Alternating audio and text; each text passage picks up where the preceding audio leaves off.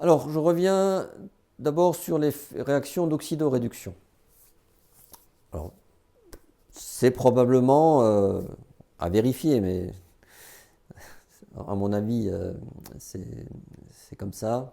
C'est les réactions les plus importantes. Oui. Ça correspond en fait à toutes ces réactions d'échange d'électrons. Donc, on est là dans la base de ce que représente la chimie. La chimie, c'est comment des atomes et des molécules échangent des électrons pour former de nouvelles espèces. Donc les réactions d'oxydoréduction, c'est vraiment de ça dont on parle.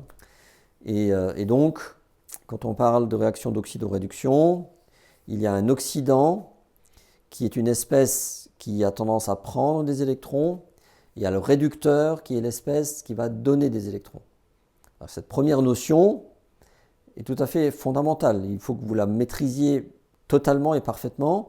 Et je sais que chaque année, quand on interroge les étudiants, ils ne sont toujours pas au clair entre l'oxydant, le réducteur, qui est ce qui est oxydé, qui est réduit. Donc il faut faire un effort de réflexion personnelle pour que cela soit clair pour vous. Alors on a vu que d'un point de vue de la thermodynamique, on pouvait rendre compte de certains paramètres de ces réactions d'oxydoréduction. On part, vous vous souvenez de la démonstration de l'enthalpie libre, delta G, 0, et dans les conditions standards, mais on peut transformer cette enthalpie libre, qui est une forme de potentiel chimique, en potentiel en volts, puisque nous parlons de phénomène d'oxydoréduction, avec la possible mesure de potentiel lorsqu'on fait des piles. C'est pour ça qu'il est plus intéressant dans ce domaine-là d'exprimer les choses en termes de potentiel en volts. Donc la relation que nous avions vue, delta E0, RT sur NF log de K, K étant la constante d'équilibre du système qui est écrit là, OX2 plus RED1 donne OX1 plus RED2. Voilà, donc la connaissance des potentiels permet de prévoir les réactions d'oxydoréduction. Donc je vous rappelle que lorsque l'oxydant a un potentiel plus élevé dans une échelle, vous savez, qui est centrée sur le potentiel de H plus H2 à 0, donc si l'oxydant a un potentiel plus élevé, il va réagir de manière quantitative sur le réducteur si celui-là a un potentiel plus bas. Et donc c'est la règle du gamma que certains ont vue.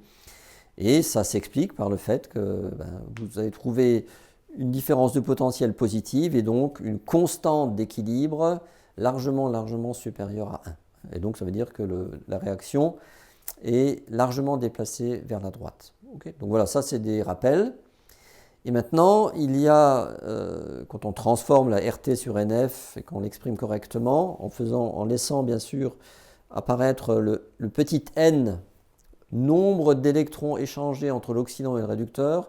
J'insiste là-dessus parce que chaque année, même sur ma chaîne YouTube, il y a des gens qui me posent la question, qu'est-ce que c'est ce petit n? Il faut revoir un tout petit peu le formalisme. Le n, je vous rappelle que c'est le nombre d'électrons échangés entre l'oxydant et le réducteur. Et donc il y a une formule qu'il faut connaître dans mon cours, absolument, et sous cette forme-là, ça s'appelle l'équation de Nernst. C'est que le potentiel réel, d'accord, à un moment donné, dans des concentrations données, c'est le potentiel standard. Je vais vous redire tout de suite ce que c'est ce potentiel standard, donc il faut que ce soit clair pour vous. Plus 0,059 et pas 0,06 ou quelque chose comme ça. Dans mon cours, c'est 0,059. Donc chaque année aussi, je vois des copies des fois ou des trucs où les gens ils mettent 0,06. C'est pas 0,06 chez moi, c'est 0,059. D'ailleurs, c'est même pas, ça doit être 0,058 et si on arrondit, ça fait 0,59. Donc n'inventez pas de nouvelles valeurs parce que vous les avez vues sur un livre ou sur Internet. Donc dans mon cours, c'est cette formule qu'il faut utiliser. Donc divisé par n, okay, donc le nombre d'électrons échangés entre l'oxydant, donc la forme oxydée, et la forme réduite. Et donc ça, nous avons appris à le faire en étant capable d'estimer quel est le degré d'oxydation d'un élément. Dans l'eau, dans un nitrate, dans un chlorure, dans un chlorate, dans un perchlorate, dans un composé avec du manganèse, etc. On a fait ça. Mais bien sûr, vous voyez que ça demande des prérequis. Si vous ne savez pas le degré d'oxydation d'un élément, sous sa forme oxydée ou sous sa forme réduite, vous aurez du mal à trouver le nombre d'électrons échangés entre l'oxydant et le réducteur. Donc, pour ceux qui veulent continuer à suivre la chimie avec moi, il faut que ça soit quand même bien clair pour vous. Alors, comme promis, qu'est-ce que ça veut dire le potentiel standard? Eh bien, le potentiel standard, c'est donc le potentiel de ce couple lorsque la concentration de la forme oxydée et de la forme réduite est la même. Ça veut dire que le rapport, à ce moment-là, vaut 1, et le log base 10 de 1, ça vaut 0. D'accord? Donc ça veut dire quelque chose de particulier. Okay? Donc ce potentiel standard, c'est lorsque vous avez autant d'oxydants et de réducteurs dans votre milieu. Mais c'est un moment particulier, ce n'est pas toujours comme ça dans la vie réelle. Et donc on a déjà discuté aussi de ce point avant Noël. Voilà, donc je remets une diapositive que nous avions déjà vue. Donc on veut par exemple calculer la constante d'équilibre de la réaction d'oxydoréduction entre le cuivre 2+, et l'étain, qui donne étain 2+, plus cuivre 0. Donc nous on connaît un peu déjà la manière de faire. On voit que le potentiel du couple Cu2+, Cu 0,34 est supérieur au potentiel du couple Sn2+, Sn, moins 0,14. Donc la différence de potentiel, vous voyez avec moi, c'est 0,48, d'accord, entre les deux. 0,34 moins 0,14, ça fait bien 0,48. C'est le delta E0. Si vous appliquez la formule qu'on a vue avant, vous trouvez donc que le log de K, de la constante d'équilibre, vaut 16. Et donc ça veut dire que le K, la constante d'équilibre, vaut 10 puissance 16. 10 puissance 16, c'est un chiffre énorme.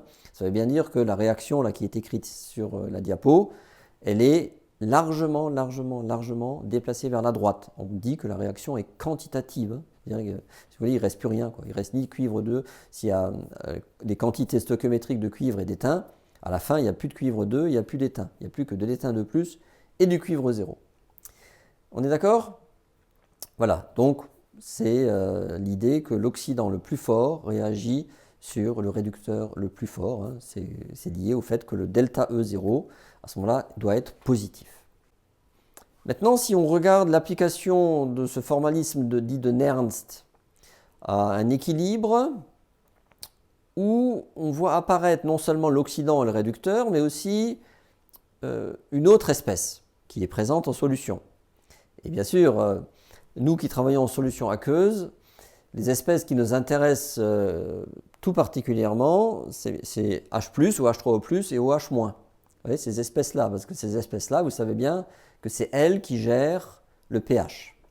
Donc, on va introduire la notion de potentiel apparent. C'est un potentiel qui dépend du pH. Et on va voir très simplement pourquoi. J'ai déjà fait cette explication, mais il est normal de la reprendre pour que vous vous habituez à cette manière de présenter les choses. Alors, tout d'abord, je vous rappelle que le pH, c'est par définition moins log base 10 de la concentration en H3O+. Quelque chose en principe qu'à l'université vous devez connaître. Et ceux qui ne le connaissent pas, il suffit de l'apprendre. Ça s'apprend. C'est la manière dont on représente en fait la concentration en acide, en H3O+, en solution aqueuse. Alors, on prend un exemple d'un équilibre redox qui dépend de cette concentration de H+, ou H3O+. C'est l'équilibre entre le nitrate, NO3- et NO. Alors, je décortique les choses, mais c'est quelque chose, c'est une chose que vous devez maîtriser, je vous le rappelle, et vous serez interrogé là-dessus au prochain CC. Les degrés d'oxydation dans NO3-, dans l'azote c'est plus 5, l'oxygène moins 2, comme tous les oxydes. Donc c'est l'azote qui est plus 5, bon, H+, c'est marqué, c'est plus. Et dans NO, le degré d'oxydation de l'azote, c'est donc plus 2. On est d'accord? Et ensuite, il y a H2O, donc c'est proton H+, et oxygène 2-. Donc vous voyez que l'oxygène ne change pas de degré d'oxydation, le proton non plus. L'élément qui change de degré d'oxydation, et donc qui est l'élément porteur du phénomène d'oxydoréduction dans cet équilibre, c'est bien sûr l'azote. Ça veut que ce soit clair. Donc c'est de l'azote plus 5 qui devient de l'azote plus 2. Et là, c'est juste le demi-équilibre entre l'oxydant et le réducteur. Mais en chimie, vous savez qu'il faut d'abord équilibrer correctement le système. Donc pour que ce soit équilibré en solution aqueuse, vous voyez bien qu'il faut mettre 2 molécules d'eau à droite, parce qu'il y a 3 oxygènes dans le nitrate, et donc à gauche 4H+. On est d'accord? Ça, c'est quelque chose que vous devez savoir faire. Si vous regardez dans les livres ou dans les tables thermodynamiques, on vous dit que ce potentiel vaut 0,96 volts, mais on vous précise à pH égale 0. Et vous allez voir pourquoi. Parce que quand on écrit le potentiel de Nernst de ce demi-équilibre, eh bien le potentiel, c'est E0. On va voir, c'est donc le 0,96, mais on va voir pourquoi. Donc 0,059, comme d'habitude, divisé par 3. Pourquoi? Parce qu'il y a 3 électrons échangés, plus 5 vers plus 2. Logarithme, donc ce qui est côté oxydant, il n'y a pas seulement le nitrate. Il y a le nitrate, bien sûr, et il y a concentration en H+, puissance 4, parce qu'il y a 4H+. C'est la manière classique d'écrire les rapports d'activité ou de concentration dans les systèmes, et divisé par la concentration en NO. Alors NO, c'est habituellement un gaz, mais on peut écrire sa concentration, ce n'est pas un problème. Donc maintenant, on va un tout petit peu manipuler cette expression. Ça fait E égale E0 plus 0,059. Je sors le logarithme base 10 de la concentration en H+, puissance 4, et donc je peux le sortir, et ça fait plus 0,059 log base 10 de concentration NO3- sur NO. C'est ce que nous permet facilement l'écriture logarithmique. La somme de 2 logs, c'est le log avec les produits quand on écrit de manière condensée comme la ligne d'au-dessus. Voilà. Et maintenant, ce qui est bien, c'est qu'on voit que, en fait, la première partie qu'on a sortie, là, le log H+ puissance 4, en fait, c'est moins 4 pH, par définition. D'accord? Donc le 4, je le mets devant, ça fait 4 log H+, et donc c'est moins 4 pH. C'est pour ça apparaît un moins là, donc c'est E égale E0 moins 0,059 sur 3 fois 4 fois pH, et la dernière partie reste identique. Et cette partie, qui est E0 moins 0,059 sur 3 fois 4 fois pH, on l'appelle le potentiel apparent. C'est ça qu'on appelle le potentiel apparent, parce que ça varie avec le pH. Et donc, maintenant vous comprenez pourquoi, dans les tables thermodynamiques, on vous donne ce potentiel en indiquant que c'est à pH égale 0. Ça veut dire que le potentiel de ce couple vaut 0,96 si et seulement si le pH est égal à 0. Et s'il n'est pas égal à 0, eh bien il faut retrouver la formule, ça veut dire que ça fait 0,76 moins 0,059 sur 3 fois 4 fois pH.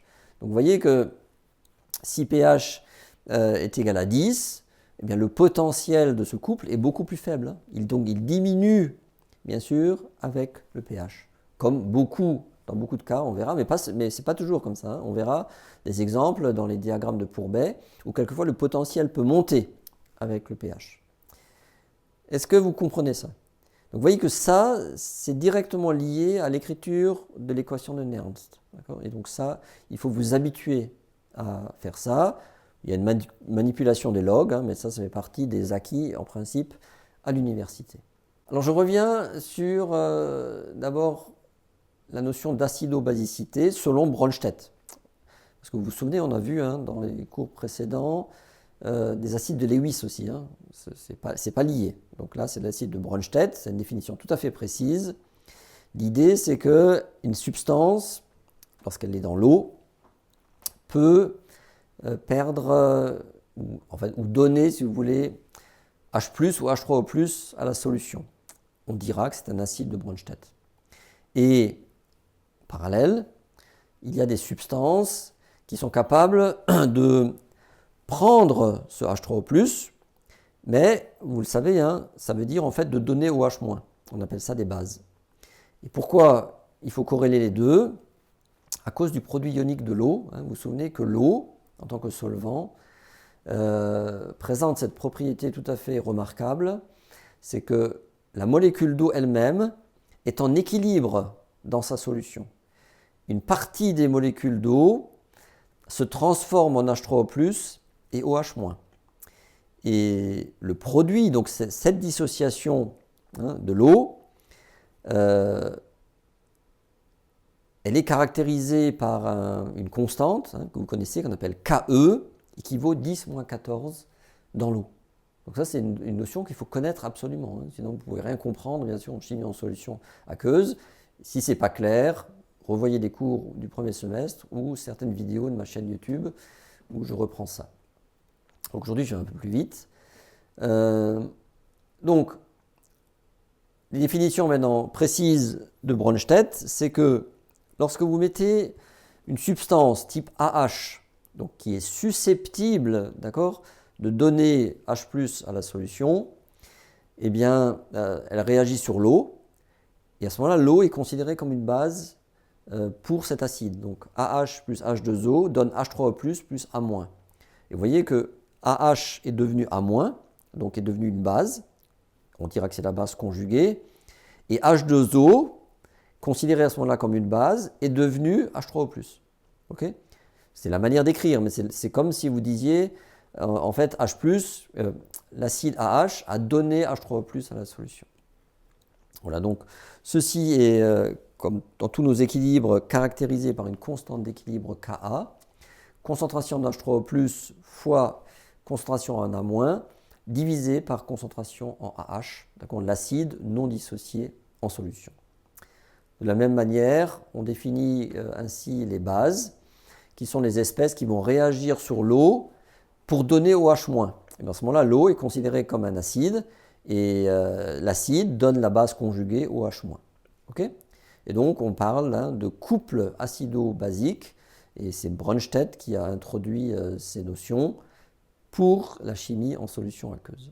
Okay, voilà, alors, là aussi je vais aller un peu plus vite, mais il faut que ce soit tout à fait clair pour vous. Je vous l'ai démontré au premier semestre.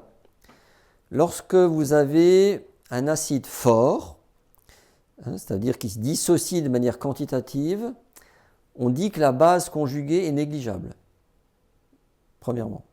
Donc on est d'un côté.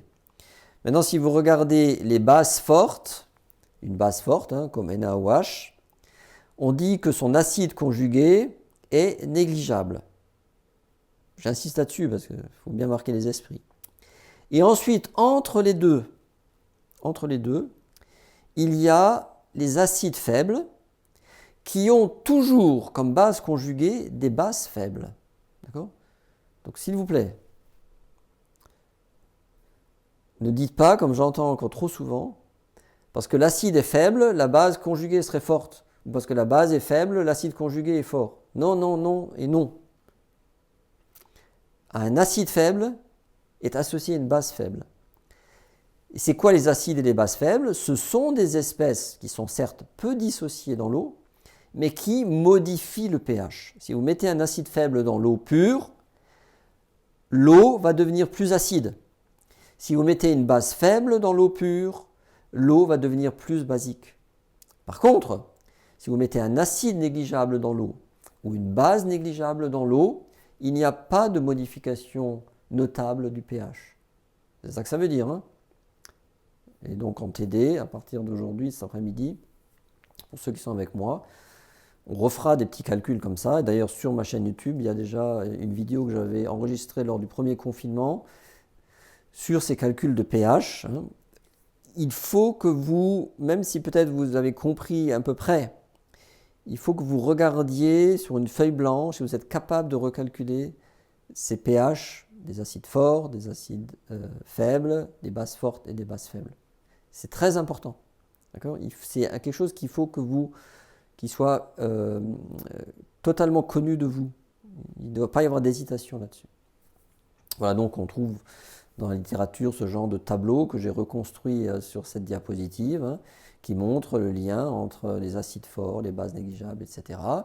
Et entre les deux, hein, donc les acides et les bases faibles sont caractérisés par un pKa. Hein. Les pKa, on les définit dans le cadre des acides et des bases faibles. Alors ça ne veut pas dire qu'un acide fort n'aurait pas de pKa, mais son pKa, un acide fort, il serait négatif simplement. Alors on donne des échelles de pKa positives qui commencent par exemple pour H3PO4 à 2,1 jusqu'à des acides très faibles comme HCO3-, 10,3. Et ensuite, quand l'acide devient négligeable, c'est comme si le pKa était très très grand, hein, 30, 40, 50.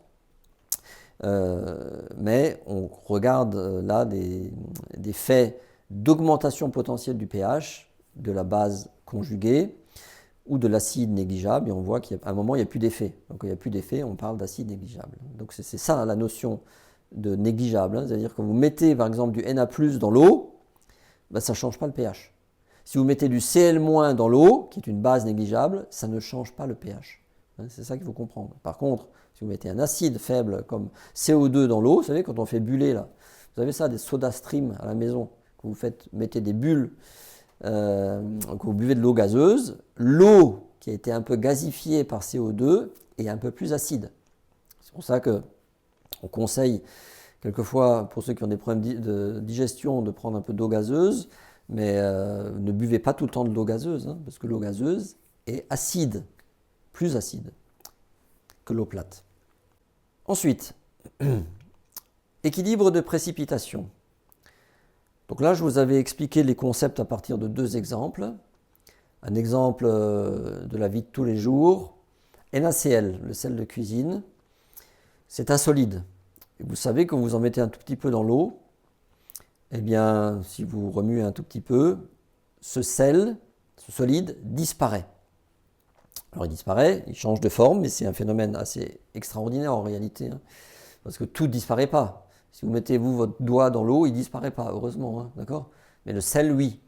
Donc, il y a un phénomène qui se produit, c'est lié bien sûr à la nature du solide d'une part, et à la nature du solvant dans lequel on dissout cette eau. Hein.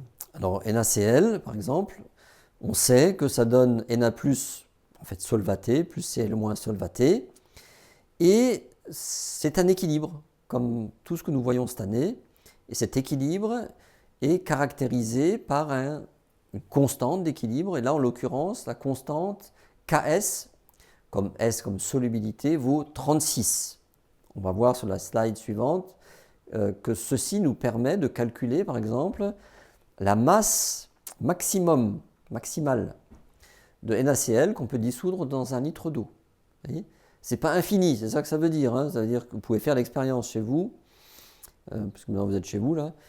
Si vous prenez du sel, prenez un petit, hein, prenez 10 cm3 d'eau, vous commencez à mettre du sel, vous allez voir qu'au bout d'un moment, le sel ne se dissout plus. Ça veut dire que vous avez atteint cet équilibre de dissociation. Hein, et ça veut dire qu'il y a une valeur de Ks. Et cette valeur, pour NaCl pur dans l'eau pure, c'est 36.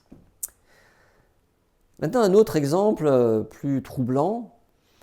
Il existe, alors NaCl, donc on dit que c'est un solide qui est relativement bien soluble, parce qu'on le voit à l'œil nu.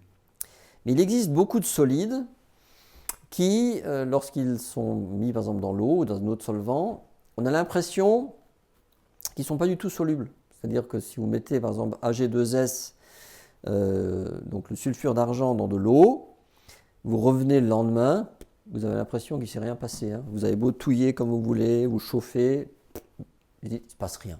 Revenez une semaine après, vous avez l'impression qu'il ne s'est rien passé. Or, on peut montrer qu'il se passe quand même quelque chose, mais ce quelque chose est extrêmement faible. Mais ce n'est pas parce que c'est faible que ça n'existe pas. Alors, on fait une expérience simple et olfactive hein, qui permet de prouver la dissolution de ce produit dans l'eau. Par exemple, on va rajouter un tout petit peu de HCl. Et si vous mettez un tout petit peu d'HCl, vous voyez, donc un acide, vous voyez en fait, enfin vous voyez, ou surtout vous sentez, vous mettez votre nez sur votre solution là, et tout de suite, ça sent très mauvais. Ça sent H2S. Et en fait, quand on n'a pas eu le coronavirus, donc quand on est capable de sentir correctement, le H2S, donc le sulfure d'hydrogène, on le sent même à l'état de trace. ppm, dès qu'il y en a un tout petit peu, on le sent. Parce qu'en fait, c'est un produit qui est toxique pour le foie. D'ailleurs, quand il y en a beaucoup et quand on ne le sent plus, c'est que le foie, il commence à saturer et c'est très cancérigène, cette espèce. Alors, je ferme la parenthèse. Donc, on détecte H2S. Mais si on détecte H2S, ça veut dire quoi? Ça veut dire que dans votre solution, vous aviez des ions sulfure. Et les ions sulfure, ils viennent d'où? Ils ne viennent pas de l'eau. Dans l'eau, il n'y a pas de soufre. Les ions sulfure viennent du produit Ag2S. Donc ça veut bien dire qu'il y a un tout petit peu, à la fois d'Ag+, donc, et de S2-, qui passe en solution. Un tout petit peu, mais il faudrait attendre 100 ans, 1000 ans, pour que visuellement, ça se voit. Vous voyez? Mais ce n'est pas parce que c'est lent, ou que ce phénomène est très peu quantitatif, que ça ne se produit pas. Vous voyez, en chimie, on peut avoir des astuces pour vérifier que ça se produit quand même. Et en mettant H2S, eh bien, vous le voyez. Alors, ce qui se passe, c'est que l'équilibre de dissolution Ag2S donne 2Ag+, plus S2-. Si vous regardez dans les tables la valeur qui a été calculée, estimée de cette dissolution, c'est 10 moins 49. 10 moins 49, c'est quand même un chiffre extrêmement petit, vous en conviendrez. Mais il y a quand même un tout petit peu de S2- qui passe en solution. La preuve, dès que vous mettez un acide fort sur votre solution, tout de suite, vous sentez H2S parce que là, vous déplacez en fait un équilibre. S2- plus 2H+, donne H2S. D'accord? C'est un acide faible et il se dégage sous forme d'un gaz. Okay? Donc la présence d'H2S prouve que l'équilibre se produit même si la constante d'équilibre est extrêmement faible. Donc ces deux exemples sont importants. Vous voyez, donc c'est assez simple. Vous voyez, moi, depuis des années, j'essaie de structurer le cours de manière simple, pas besoin d'écrire des pages et des pages sur les équilibres de précipitation. Mais si vous pouvez bien comprendre ces deux exemples avec les petits schémas que j'avais faits, c'est important parce que c'est des choses de la vie de tous les jours. Quand vous mettez une cuillère en acier ou en argent, ou ce que vous voulez, chez vous, dans votre café, elle se dissout un tout petit peu, comme H2S. Mais vous pouvez quand même utiliser votre cuillère pendant 50, 100 ou 200 ans et vous avez l'impression qu'elle est toujours entière. Mais il y a quelques petites particules qui passent en solution quand même. Pas beaucoup, mais quand même. Ok ? Que vous ayez une vision un peu plus réelle de ce qui se passe dans la matière. Voilà, alors, ces équilibres de précipitation nous permettent en fait de faire des petits calculs. On va revoir. J'avais déjà fait, alors je redonne les principes. Je ne fais pas le cas de l'hydroxyde de fer, on va juste refaire le cas de NaCl. Donc, dans la compréhension des phénomènes de précipitation, on peut calculer ce qu'on appelle la solubilité, qui est donc une valeur qu'on exprime en grammes par litre, typiquement, donc une masse par volume de solvant. Vous pouvez mettre en grammes par centimètre cube, vous faites ce que vous voulez, mais habituellement, c'est des grammes par litre. Donc, voilà un équilibre classique général de précipitation, un composé AX plus BY, mais ça peut être plus complexe que ça, donne X A Y plus Y B X moins, par exemple. Voilà. Et donc le KS, c'est rappelé ici, c'est le produit des concentrations dissoutes. Et bien sûr, on ne représente pas le solide, puisque dans notre cours, comme dans beaucoup de cours, on considère que l'activité d'un solide, c'est égal à 1. D'accord ? Mais normalement, une constante d'équilibre, c'est ce qui est à gauche, divisé par ce qui est à droite, je vous rappelle. Mais ici, on ne met pas ce qui est à gauche de l'équilibre, parce que c'est un solide, et donc on considère que son activité est égale à 1. Donc quand vous divisez par 1, c'est comme s'il n'y avait rien. On est d'accord, C'est pour ça que le produit de solubilité, c'est juste donc le produit avec les bons coefficients stoichiométriques en puissance des espèces en solution. Alors, on prend l'exemple de NaCl, donc c'est ce qui est en bas de la diapositive. on a dit tout à l'heure que le Ks vaut 36. Donc ça veut dire que quand vous mettez NaCl dans l'eau, eh bien, tant que vous n'atteignez pas ce 36, donc tant que la concentration de Na+, fois la concentration de Cl- n'a pas atteint 36, eh bien, NaCl continue à se dissoudre. Et il se dissout jusqu'à ce que ce produit des deux concentrations soit égal à 36. S'il est égal à 36, on a atteint l'équilibre. Et quand vous avez atteint l'équilibre, vous savez bien un principe de Le Chatelier, si vous continuez à rajouter NaCl, eh bien, comme l'équilibre est à 36, lui il dit moi je ne fais plus rien. Hein. Je suis à 36, j'ai ce qu'il faut, je suis heureux, donc je ne dissous plus rien. Alors cette valeur de 36, si vous connaissez la masse molaire de NaCl, ça vous permet de calculer la masse de NaCl que vous pouvez dissoudre donc, dans un litre d'eau. Donc la solubilité, hein, donc c'est la concentration typiquement là, d'une des deux espèces, hein, Na+, par exemple. Donc c'est la même concentration que Cl-, hein, si vous partez d'un produit pur et d'eau pure. Donc vous voyez bien que c'est racine carrée de 36, hein, parce que Na plus fois Cl-, c'est comme Na plus au carré égale 36. Donc Na, c'est racine carrée de 36 fois la masse molaire 58,44 et vous trouvez 350,6 grammes par litre. Ça veut dire que si vous faites aujourd'hui l'opération, à peu près à 20 degrés, vous verrez que vous ne pouvez pas mettre plus que 350 grammes de sel dans 1 litre d'eau. Et si vous voulez mettre 500 grammes de sel dans 1 litre d'eau, vous pouvez chauffer comme vous voulez, vous pouvez remuer comme vous voulez, vous aurez toujours à peu près 150 grammes de sel non dissous. C'est ça que ça veut dire. Hein. Vous essayez, parce que des fois les étudiants ne croient pas. C'est vraiment comme ça, c'est ça que ça veut dire. Hein. Alors bien sûr, c'est un petit peu dépendant de la température. Si vous chauffez jusqu'à 100 degrés, peut-être vous allez monter à 400 grammes par litre. Hein, parce que bien sûr, ces valeurs thermodynamiques sont dépendantes de la température.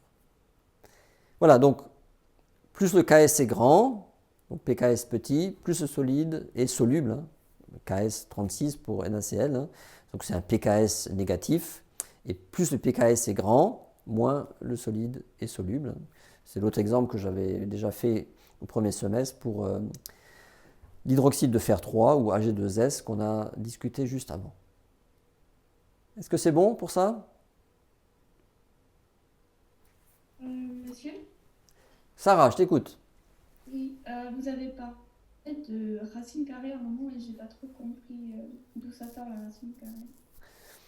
Tu vois le Ks Oui. sur l'écran. Ks égale concentration Na+, fois concentration en Cl-. Mhm. Tu vois dans l'équilibre juste avant que la quantité de Na+, et la quantité de Cl-, c'est la même. Oui. Tu es d'accord? Donc, à tout moment, dans le processus de dissolution, la concentration de Na+, et de Cl-, c'est la même. Donc on peut l'appeler X. Tu es d'accord? Si c'est la même. Oui, oui ou non? Sarah? Oui, oui. Oui. Donc, il y a X fois X égale 36. Ça fait bien X au carré égale 36. Ah oui, d'accord.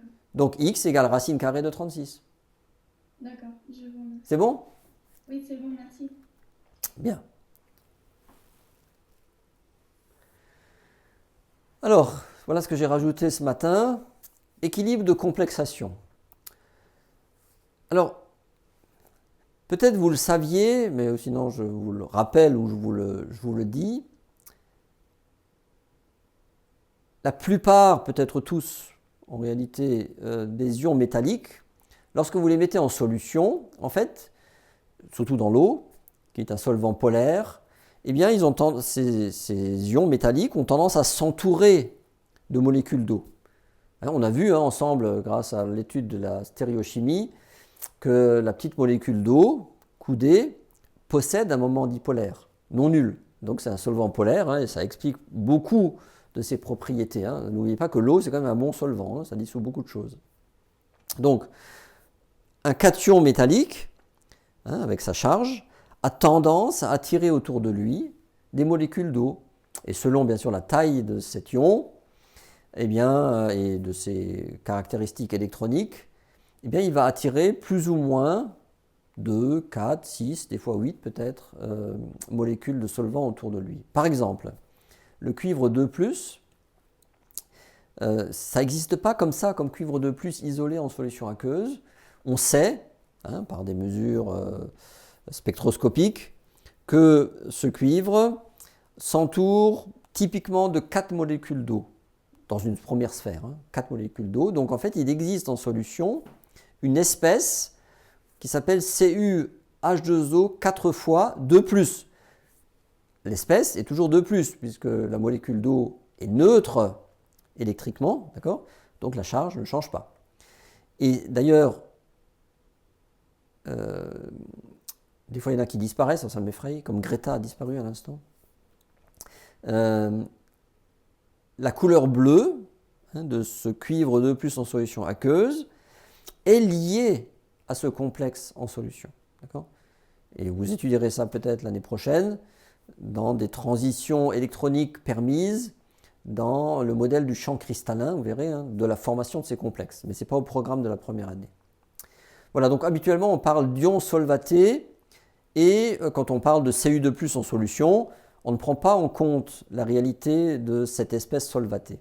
Mais cette espèce solvatée est un exemple de ce qu'on appelle plus généralement un complexe en solution. Donc ces hydrates, on les appelle comme ça, sont un exemple d'un phénomène général qu'on nomme complexation. Et c'est surtout Alfred Werner, prix Nobel en 1913, j'ai oublié le N à côté du E, donc prix Nobel en 1913, qui a beaucoup développé cette approche importante de la chimie, surtout de la chimie donc moléculaire. Donc l'idée, c'est qu'un complexe, de manière générale, c'est un cation métallique qui sera central, qui va être entouré et lié chimiquement par des espèces moléculaires ou ioniques appelées des ligands. Donc un métal entouré de ligands, et ces complexes sont définis par un KD, ou PKD, comme on a vu à l'instant, et le petit d signifie dissociation, c'est des complexes de dissociation. Ça veut dire que on n'écrit pas habituellement la formation du complexe à partir de ces ions, on écrit la dissociation du complexe, comme on l'a vu juste avant, je reviens sur la slide d'avant. Ici, vous voyez, on écrit la dissolution de NaCl, on écrit la dissolution de Ag2S, comme on écrit d'ailleurs la réaction acide d'un acide sur l'eau, AH donne A- plus H+, on écrit toujours les choses de cette manière-là. Donc pour les complexes, on utilise donc la même manière d'écrire. Par exemple, Ag ion plus 1 dans un milieu ammoniacal forme un complexe connu, AgNH3 2, et globalement, comme l'ammoniac c'est neutre, cette molécule est plus 1.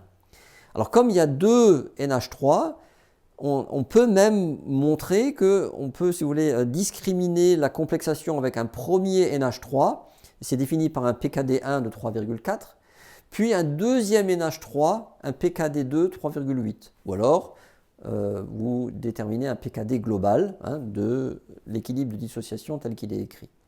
Voilà, donc il existe tout un tas, des centaines de complexes moléculaires. Là, j'en ai pris que 3 exemples. Un exemple avec le mercure et 4 chlorures.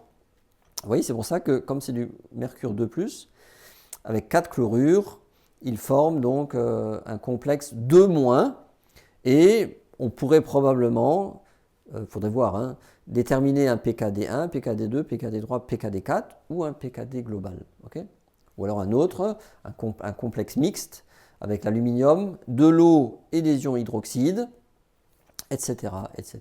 D'accord ? Et ce qui est intéressant pour nous, c'est que ce n'est pas quelque chose de nouveau, puisqu'on représente ces phénomènes de la même manière que les acides et les bases, que la précipitation. La différence importante, attention, quand vous allez écrire par exemple un PKD, quand vous allez l'exprimer, c'est que là, par exemple, le complexe Ag plus NH3 de lui, il faut l'écrire dans la constante d'équilibre, parce que ce n'est plus un solide, c'est un complexe en solution. Vous avez compris la différence. Quand on parle de précipité, on a un solide. Donc ça, activité égale à 1. Là, comme le Cu H2O 4 fois ou le AgNH3 2 fois ou HgCl4 de moins, ce sont des espèces en solution. Donc, quand on écrit la constante d'équilibre, il faut exprimer leur concentration en solution. C'est clair, c'est ça la différence. Hein. Mais sinon, le formalisme est exactement le même.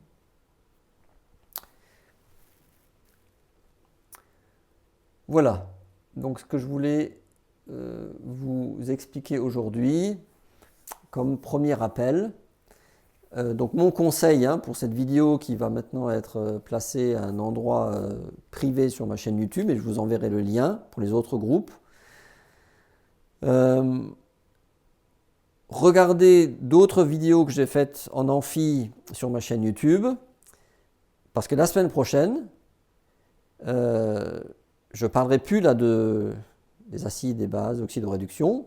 On va commencer à regarder comment on construit les diagrammes de Pourbet, et on va commencer avec les diagrammes de répartition des espèces. Donc ça, c'est quelque chose qu'il faut bien aussi maîtriser, mais vous ne pouvez le maîtriser et le comprendre si vous savez bien ce que sont, par exemple, ce que j'ai vu aujourd'hui avec vous, les acides, les bases, les complexes, les précipités.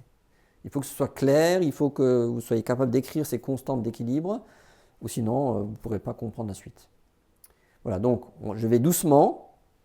Il y a ce cours d'aujourd'hui, il y a le support qui est light, il y a les vidéos sur ma chaîne YouTube. Essayez de compiler tout ça. Vous avez aussi les TD qui commencent cette semaine, et c'est bien comme ça, pour que la semaine prochaine, on soit prêt à aborder ensemble les diagrammes potentiels pH.